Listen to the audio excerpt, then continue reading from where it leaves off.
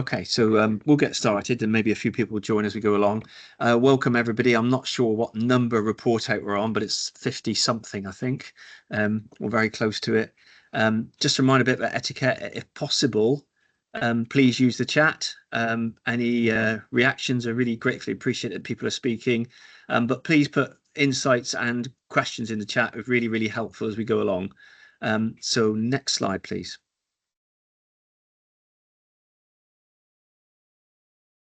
So just to, you get this every time, key reminder about our people first principles. And I think a lot is aligned to the current move to a high quality organization.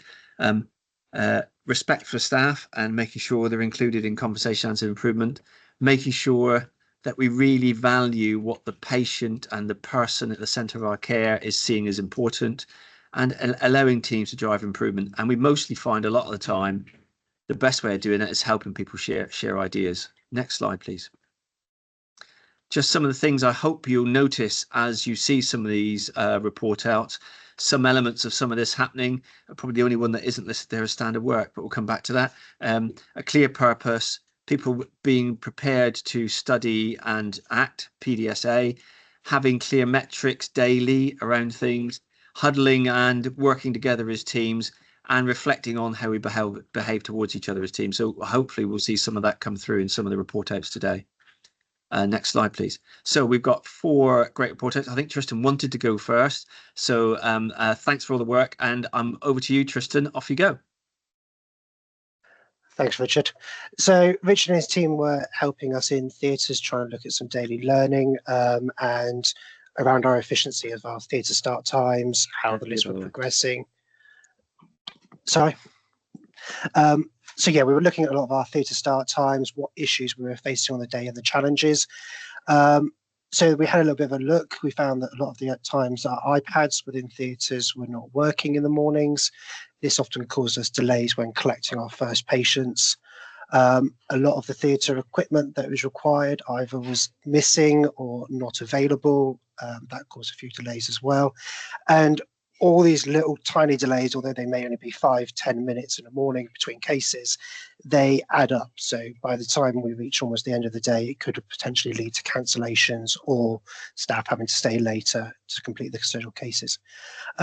We also had external factors. So a lot of the time patients aren't ready on the wards before they come to theatre, either because they're being seen by the anaesthetists or the surgeons or other little parts, or very simply, they actually require further intervention. So we've had a few patients who require an additional CT scan, an anaesthetic review, or pregnancy tests.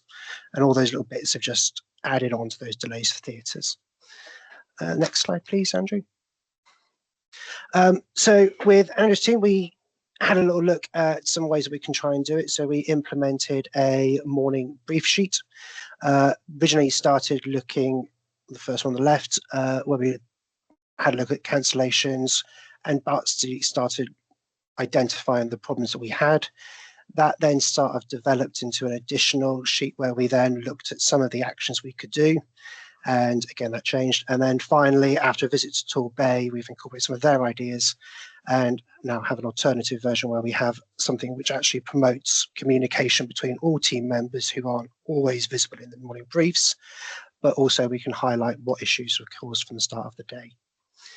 Next slide, please. So from that 2 weeks, we audited the theatres. So we had a look at everything that was going on. We've looked at the cancellations, what reason codes, what the late starts and early finishing times were. If we've had to change orders on the day, why we had to do this. So we tried to avoid those. We've also had a look at the staffing. So is the skill mix in theatre the correct that we need? Are we too short-staffed? And we've also looked at the quality and safety of our equipment and the environment, so making sure that actually we've got everything that we need to ensure the team is safe, but also the patient safe as well.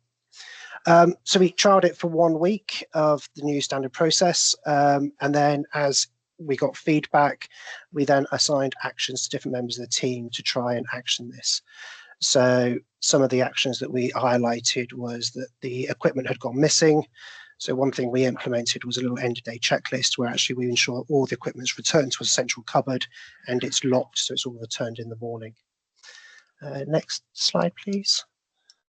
So this is part of it. So this was what with our end of day checklist. So we ensured that things were stocked up, and then we would ask the day team and our night team to sort those out for us. And basically it highlighted all those challenging areas we hopefully got ironed out in the nights before. Next slide, please.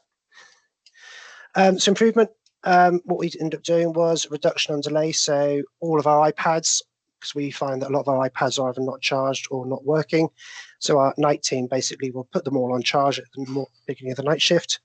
And at the very beginning, they'll then bring all the iPads, make sure they're all working, and they're all then ready for the morning meeting.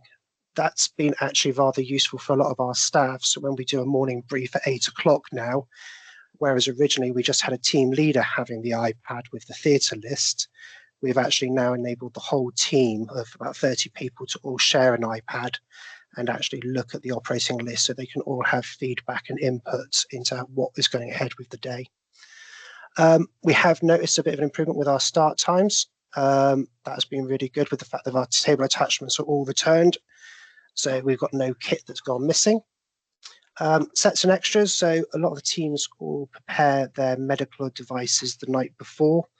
And one thing we've asked them to do now is actually record the information on Bluespear. So when we are doing our morning briefs in the very beginning of the day, we can actually go, we've identified this piece of kit was missing. We need to just have a look for that first thing this morning. The night team have also helped with that. They've now actually gone off and looked for that kit. So the majority of the times, if we've ordered it at 6 o'clock in the evening, the night team have found it for us, which has helped as well. And equipment's ready to start. So the night team also now ensure that we've got all of our table attachments and everything's ready. So a lot of the time we just walk in and everything's ready to go. Next slide. So this was having a look at our late start. So back in December, 35 of our lists had a late start. That averaged about 500 minutes. There's a few other reasons.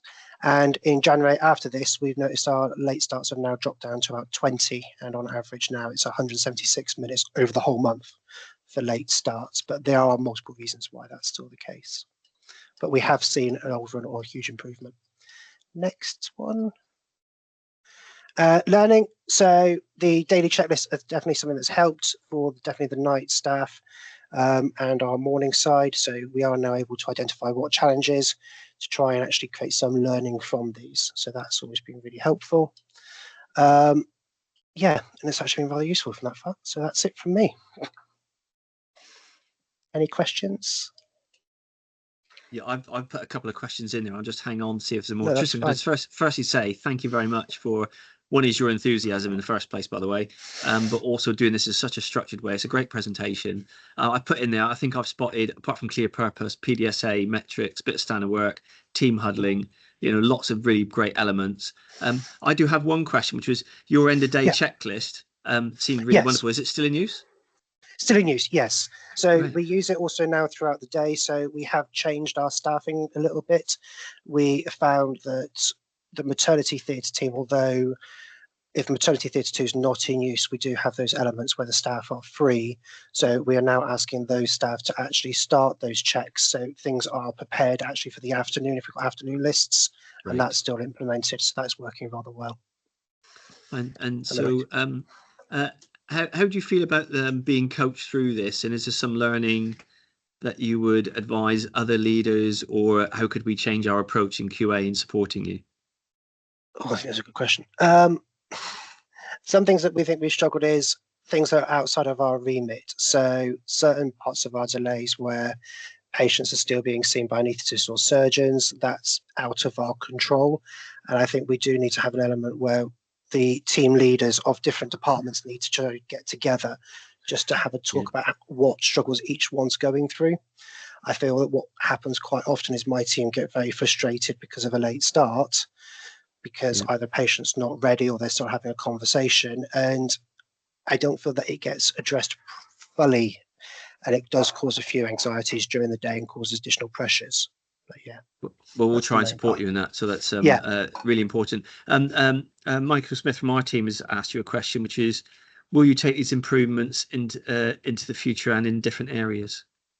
So yes, so the Torbay visit that we recently did, that as a group of band sevens, we all went out, and one of the things that we found was their communication.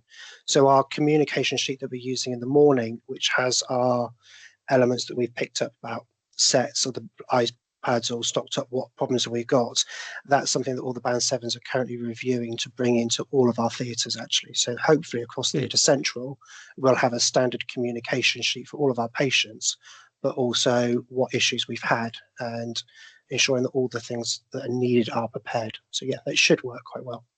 Right. Well, you've got a great plan response to that. So thank you very much. I think that is a great plan. Can I just thank you again for your enthusiasm and leading your team in this Richard, work? So it's your really, team really have been great. Great helping us. So yeah.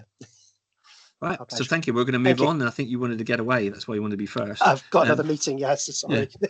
You're a star. Thank you. So I think next up, if I'm not mistaken, is Vicky Connerbeer or Nat Howes. I'm not sure which, but could we have the next slide? And I think someone else is going to speak. It's me, Richard. So for those of you that don't know me, my name's Vicky. I work with the Quality Academy. I've been supporting the Medicine Care Group with rolling out criteria, developing and rolling out criteria-led discharge. So Mike Lynn, respiratory matron, gave a really lovely update at our last report out, and Nat Howes was hoping to be here with us today, but unfortunately she's got other conflicting meetings within her diary, so she wasn't able to join us. So I'm just going to give you an update on where we're at with regards to the last sort of 4 weeks and how we've developed with criteria-led discharge. So we have now managed to successfully complete the rollout plan that we had set out at the beginning of January, or mid-January, I should say. So we now have exposed and introduced criteria-led discharge to all medical wards, inpatient wards. We have also started introducing criteria-led discharge to our medical outlier patients. However, that's going to take some more development going forward, as well as introducing it to our community sites.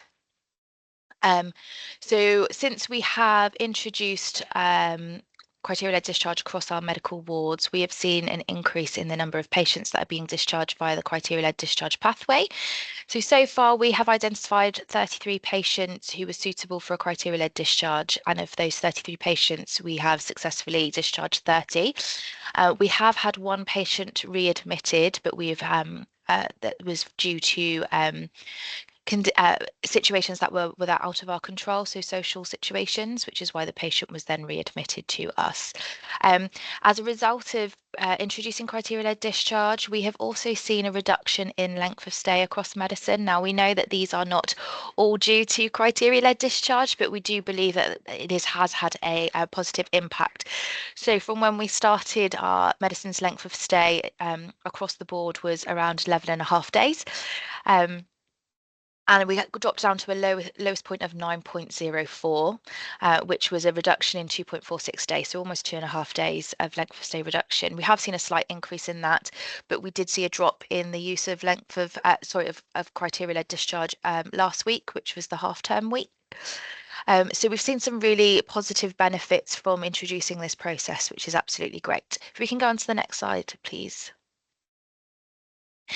So just really quickly, what are going to be our next steps? So we've been looking as a care group of what the opportunities are going to be, and we can really see some opportunities within general internal medicine, acute medicine, cardiology, stroke and neuro. And what we're hoping to do is also work with respiratory around how we could start moving some of those criteria-led discharges earlier in the day. So although we've seen an increase in the number that are being used, we are still seeing some go later in the day. So because respiratory were our pilot area, we're going to be working closely with them to see how we can start bringing some of those discharges forward earlier in the day. We've also started on those specific specialities, conducting an audit on potential opportunities of patients that have been discharged via a normal pathway, which could have potentially been discharged via a criteria-led discharge. So we've got champions being from each of those specialities being nominated along with somebody specific from the care group, so that the Nat House, Sarah Budden, Vicky Carter and Ian Yearling, who are all going to be taking on one of these specific areas to support along with the champions on how we can really push and identify those opportunities. We are introducing a weekly huddle within the care group as well to be able to monitor and push forward some of the improvements and the shared learnings from each of those specialities, and then look at how we can then progress that and share that further within the care group. So that's kind of where we're at. That's where we're going. We've also put together a feedback form for our staff, and really pushing some of that feedback with regards as well, and gaining feedback from our patients and how they're finding those pathways, and also including our patients by or experts by experience, so some of our volunteers in the process and in the documentation that we're producing. So that's where we're at.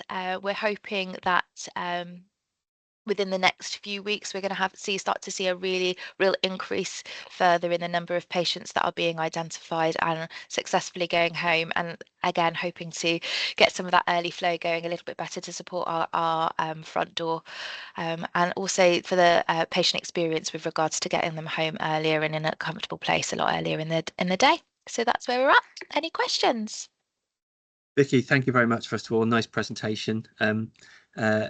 It's great to have the update and know it's gone to all wards now, which is really great. And Kelly's on the call, and a few other medicines are, so well done medicine as well. So it's really great. Kelly, I know you want to come in, but I just want to ask one question first. So, and I don't mind asking my own team quite difficult questions. It's important I test them. What's the learning around half-term week and low criteria discharge? I just wonder if there's an opportunity there.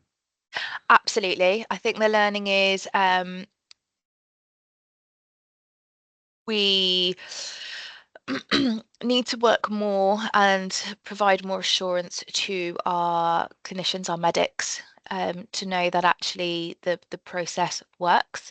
So we haven't been, although we've put together some data, we haven't been successful in really sharing that more widely with the medics, and sharing some of the learning and some of the benefits that we've had. So that absolutely, and I think we're all very quick to resort back to our previous habits around when things get tough, when we're really short staffed. And I think what we've learned is actually as a care group we should have been supporting more and encouraging more when we were under those pressures. Thank you. Kelly. Thanks, Richard. I just wanted to say to Vicky, as always, thank you for your invaluable support. It's a really exciting initiative that we've rolled out. So yeah, your support is always gratefully received, as is the whole of the Quality Academy team. We can't do it alone. So yeah, look forward to seeing how this progresses over the next few months, and really getting our medics and champions involved and pushing this forward. No, it's really exciting, isn't it? Thank you so much, Kelly. So thank you very much. I'm going to quickly move on to the next speaker before I sneeze. So next speaker up, I think, is Neve.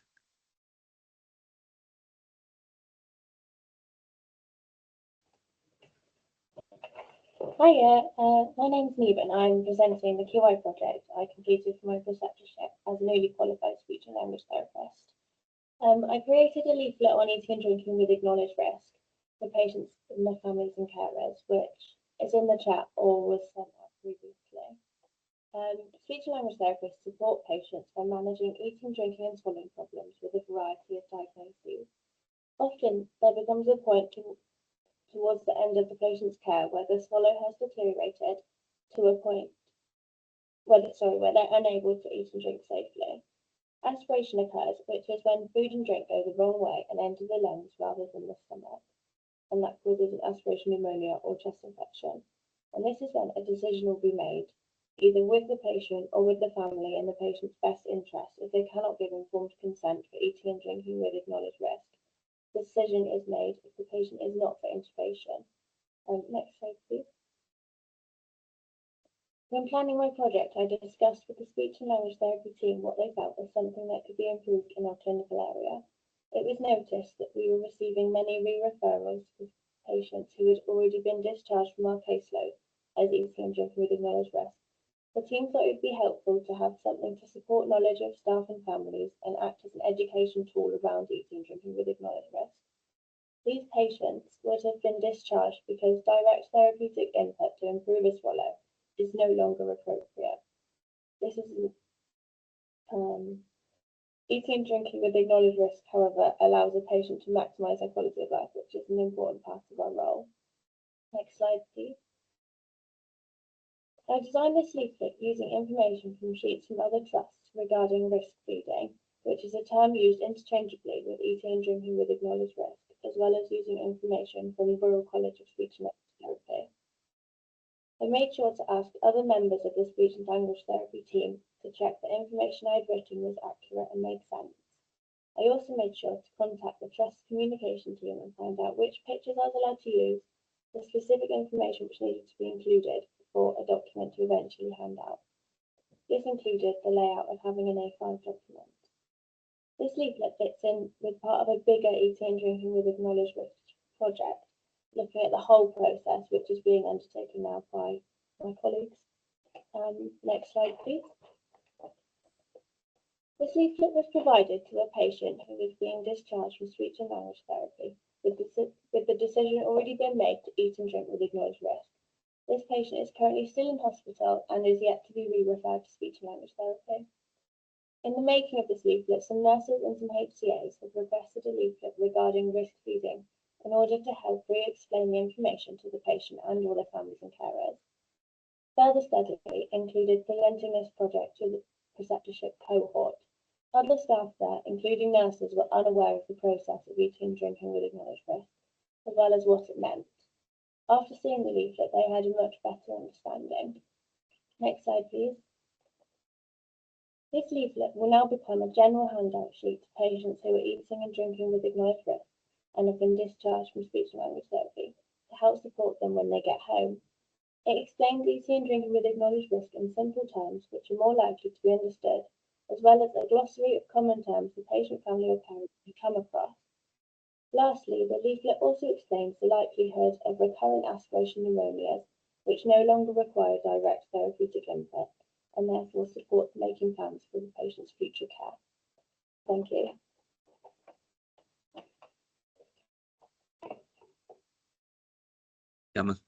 Niamh, I hope that wasn't too nerve-wracking for you, by the way. So really, really well done. A nice set of slides, and it's really great to see you take your preceptorship project and do something really straightforward and great with it as well. So I hope you feel supported, but that's a really great start to some improvement work. So really, really well done. I'm not sure there's any questions, but I guess just doing this as a project, what was your learning?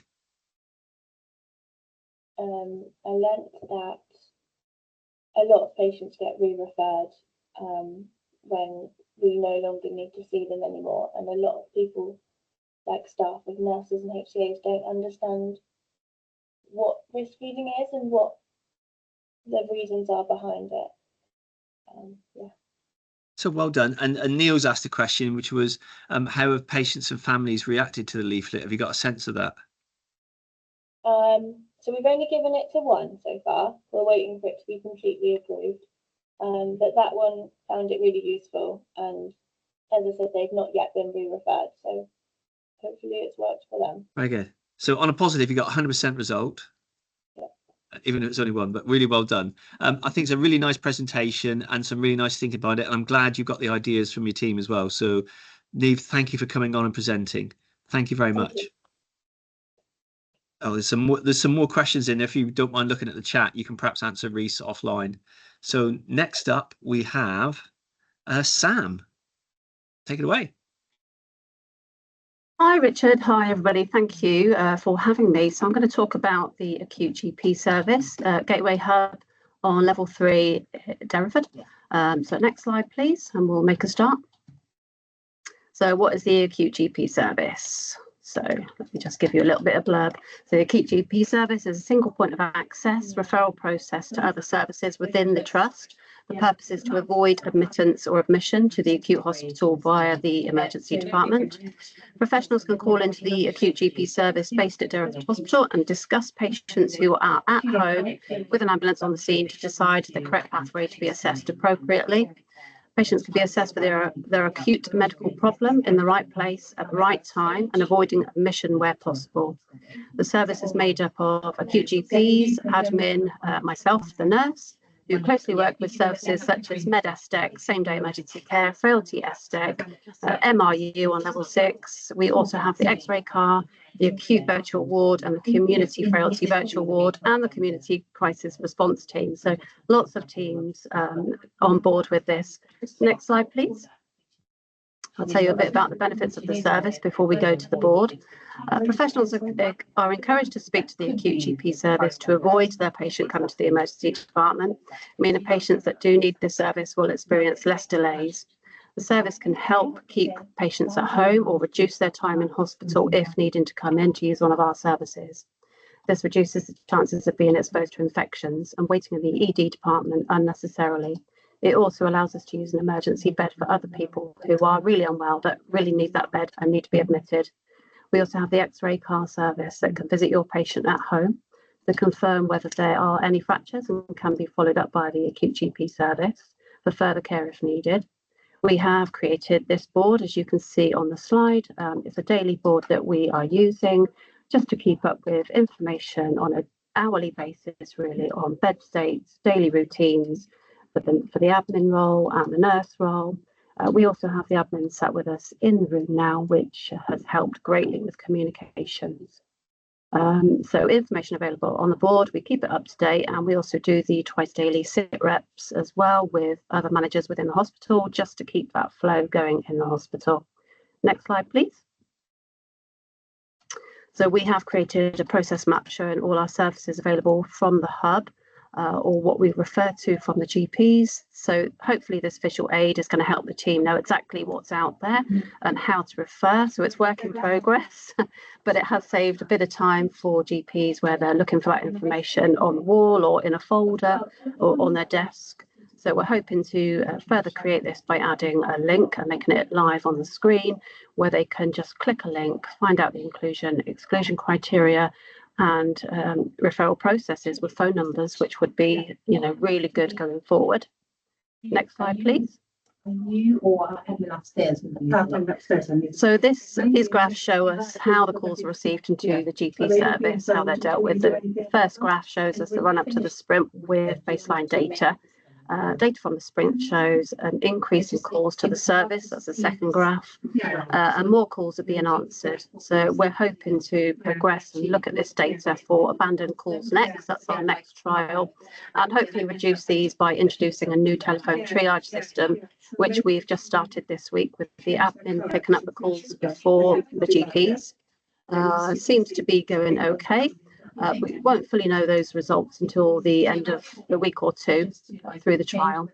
The last graph shows us hopefully what's going on with calls at certain points during the day and where calls drop off or where we don't have GPs in the room overnight. We're not 24-hour service yet, so hopefully we're looking to progress and make it a bigger service going forward. Next slide, please.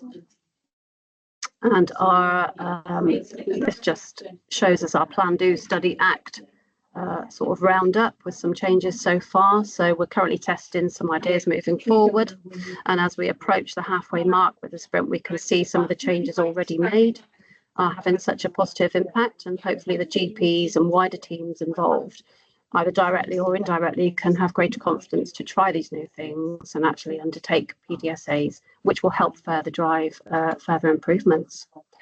So some of those things that we've just listed on here, we have the SWOS for the first couple of weeks of the sprint, just to trial if actually being in the room would help with our calls, and that we did actually manage to divert on average 3 to 4 admissions from ED to another pathway like Estec or somewhere in the community.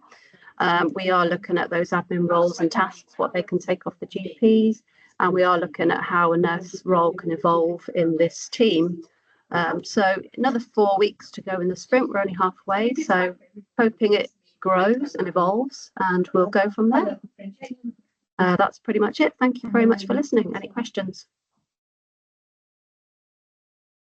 So firstly, Sam, just well done on the presentation. Really pleased to have it, by the way. So thank you very much.